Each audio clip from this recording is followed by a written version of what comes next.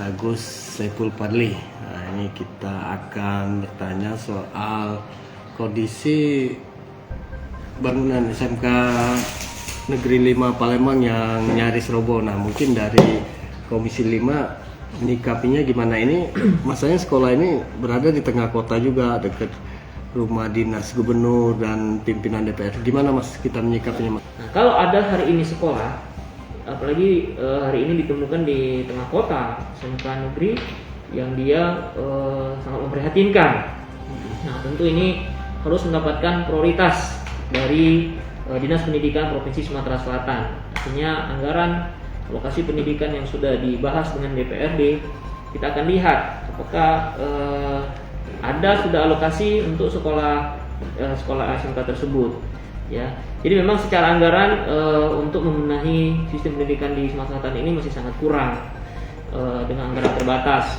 Maka diperlukan kreativitas dari pemerintah.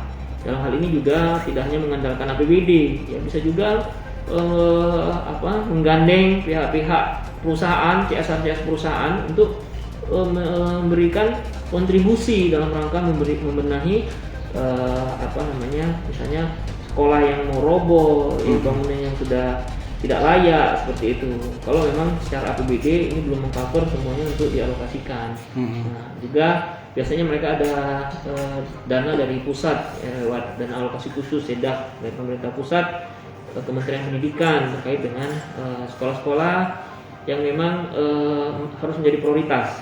Jadi jangan sampai sekolah yang sudah bagus ditambah dananya lebih bagus, tapi tolonglah dilihat oleh Dinas Pendidikan. Kalau sekolah yang atapnya mau roboh, ya yang membahayakan guru dan siswa, ini harus menjadi prioritas untuk dibenahi seperti itu.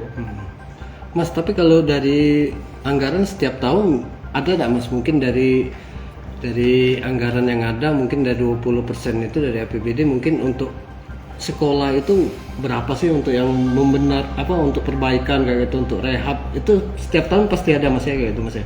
Ya, jadi setiap tahun itu ada alokasinya. Nah, tapi kan APBD kita tidak hanya untuk renov atau membangun begitu. Alokasi 20% itu banyak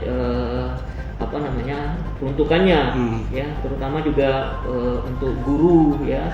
Nah, itu juga diambil dari alokasi dana 20% itu, sarana prasarana, ya. Nah, tinggal kemudian Dinas Pendidikan membuat skala prioritas. Ini saya maksudkan, sekolah yang memang betul-betul harus dibantu, ini harus segera dieksekusi.